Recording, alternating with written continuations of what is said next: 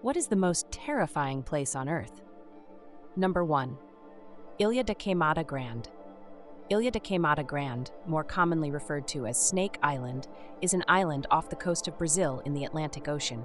The island became famous for its abundant snakes, hence the name Snake Island. Queimada Grande is closed to the public for the protection of both people and snakes. Access is available only to the Brazilian Navy and selected researchers vetted by the Chico Mendes Institute for Biodiversity Conservation, the Brazilian Federal Conservation Unit. The last inhabitants of the island were harmless people. The lighthouse keeper and his family. The tale goes as all is expected to go on the Ilha de Queimada Grande. All was fine. Then snakes happened. A window was left ajar, and some snakes found their way inside. They swiftly leaped at the lighthouse keeper, his wife, and their 3 children, biting many. In the heat of the moment, they came up with a plan. Children in their arms, the parents burst out of the lighthouse and made a mad dash through the jungle, hoping to reach their boat and escape. Unfortunately, this being the Ilha da Queimada Grande, there were snakes. One in the branches overhead lunged and bit a member of the family. Then more and more snakes appeared. And those snakes did what snakes do best. The entire family was killed and no replacement lighthouse keeper has ever been sent. On the island remains an abandoned lighthouse, slowly decaying on an island of snakes. Number 2. I know an avid caver who rappelled into a natural cave shaft. This particular cave is about 3 feet 1 meters wide and forms a nice hole to the bottom. Once at the bottom, you use technical gear to ascend the rope you rappelled on. The caver has done this particular cave before and was just in deep enough to use natural lightning from the outside. He noticed something out of the corner of his eye. He thought the wall looked like it was moving. He turned the headlamp on his helmet on. Black widows. Thousands of black widows covered the cave walls. He then realized his gear to ascend the rope was in his pack, so he had to fully descend the shaft before going back up. Due to the angle of the shaft, the hole wasn't quite perfectly vertical, but tilted a little. So as he rappelled, the rope below him would occasionally flick the wall. The black widows would scatter near the impact site. Personally, I call that cave the entrance to hell. His other spider story was in a cave in Mexico that had dinner plate-sized spiders with triangle-shaped red eyes that happened to be attracted to light. He was at a point where he was on his stomach crawling through a tight portion when 3 such spiders charged him his head where the headlamp was attached. Number 3. Just off the coast of the island of St. Croix, there's a place called The Wall. It's a favorite spot for scuba divers, and every picture online is a breathtakingly beautiful image of a close-up of coral and divers taken with a serious, high-powered flash. The reality? A 2-mile straight vertical drop-off to the ocean floor? Nope. Imagine. The water is shallow, warm, and perfectly clear as you start out. Tiny, colorful fish dart about. Scattered coral formations dot the ocean floor. It's literally paradise. After bobbing along for 15 to 20 minutes, not even a quarter mile from the beach, the dive master points, and there's the wall. It's a straight drop-off to the ocean floor. The depth is recorded from a mere 1,000-foot drop-off to 2 miles straight down. The clear turquoise water shifts to a deep blue for a few feet, then solid black. You are floating directly above a black abyss. You feel the coldness of those depths gripping you like the tentacles of a giant squid. It pulls you, and as you awkwardly try to shuffle backward in flippers and full dive gear, like a nightmare where you can't run because you're paralyzed, it occurs to you that there are things down there. Giant things. Things that are built to move and hunt and kill in the water. And you are completely out of your element. You are slow, clumsy. You are food. Number 4. I am convinced that it is Vozrozhdeniya Island, an island in the Aral Sea. The former island's territory is split between Uzbekistan and Kazakhstan.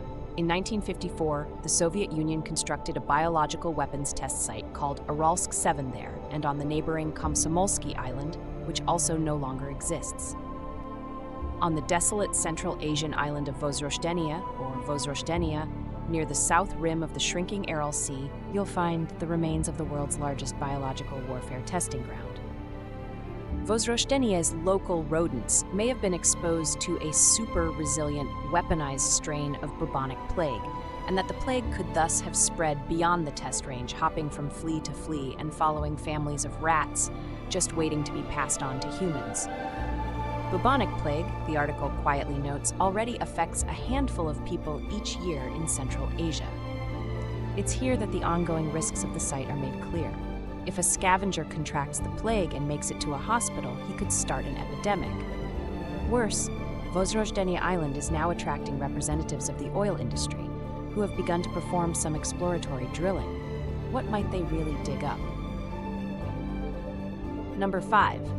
Bouvet Island, one of the most remote islands in the world, plays host to a mystery which remains unsolved.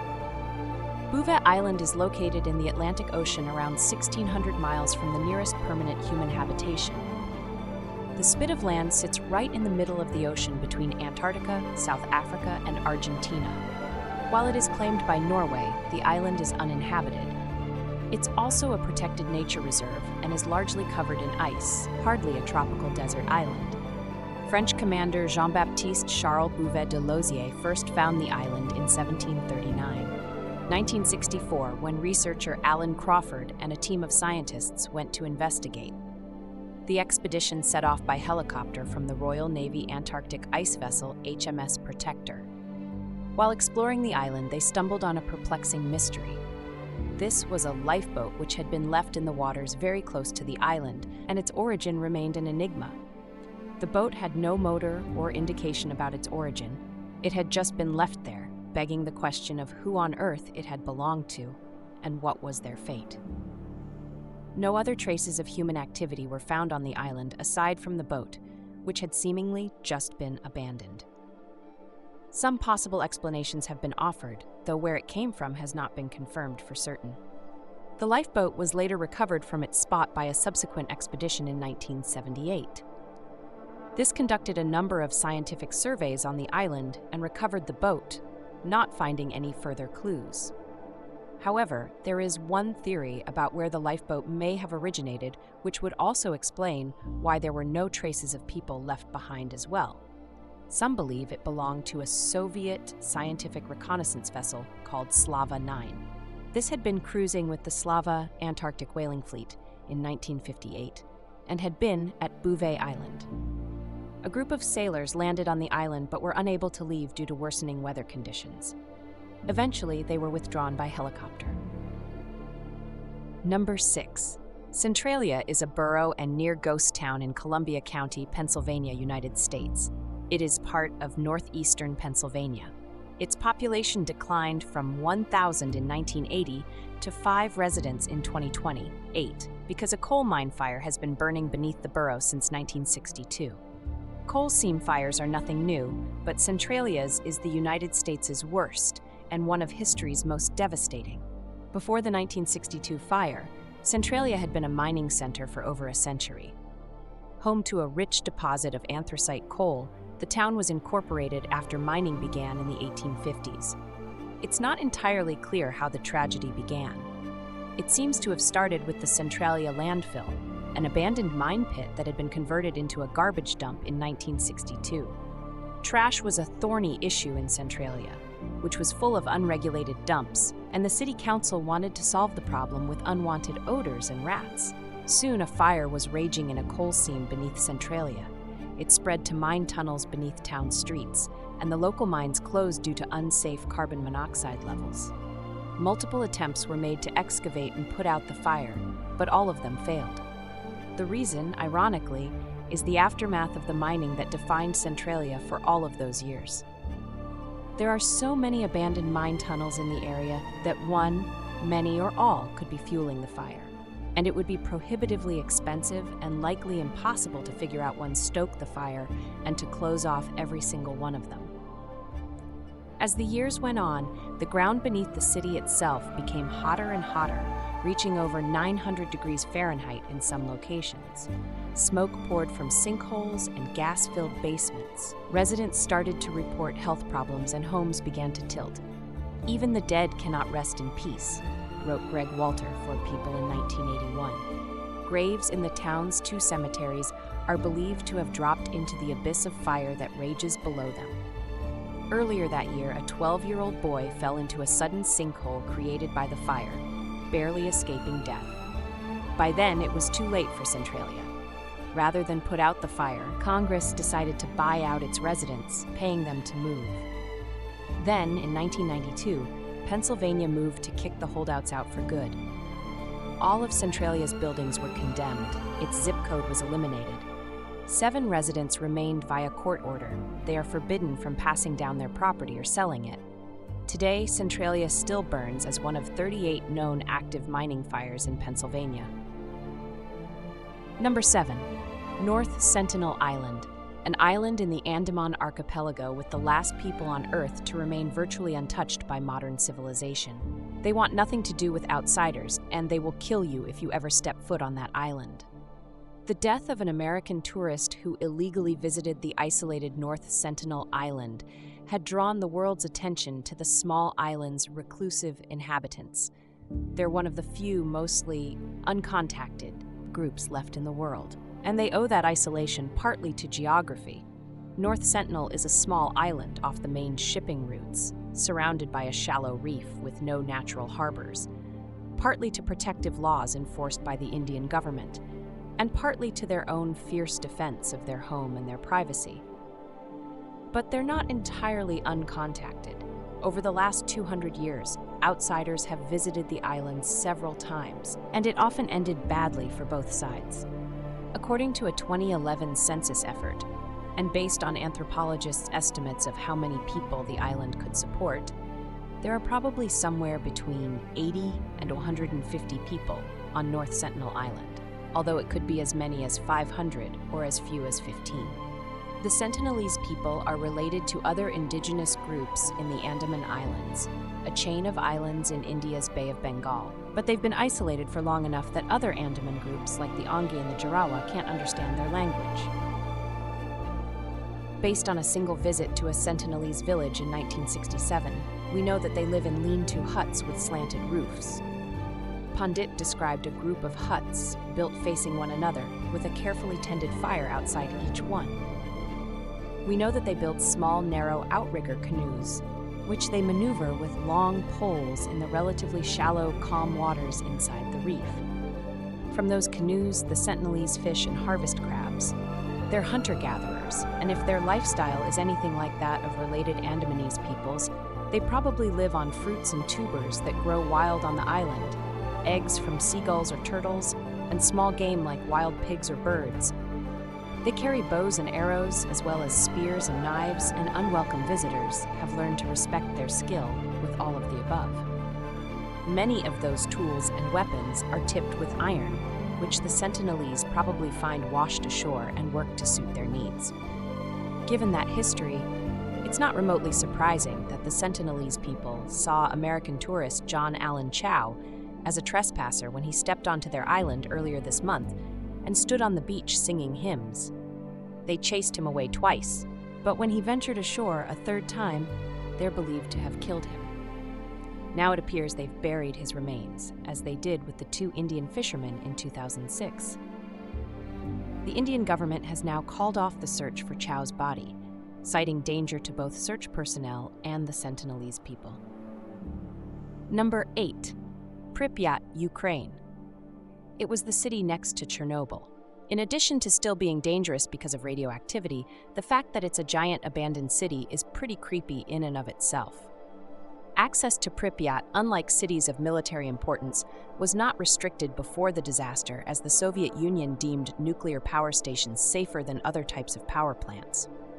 Nuclear power stations were presented as achievements of Soviet engineering, harnessing nuclear power for peaceful projects. The population was 49,400. The average age was about 26 years old. The city included 15 kindergartens and elementary schools for 4,980 children and 5 secondary schools for 6,786 students. One hospital could accommodate up to 410 patients and 3 clinics.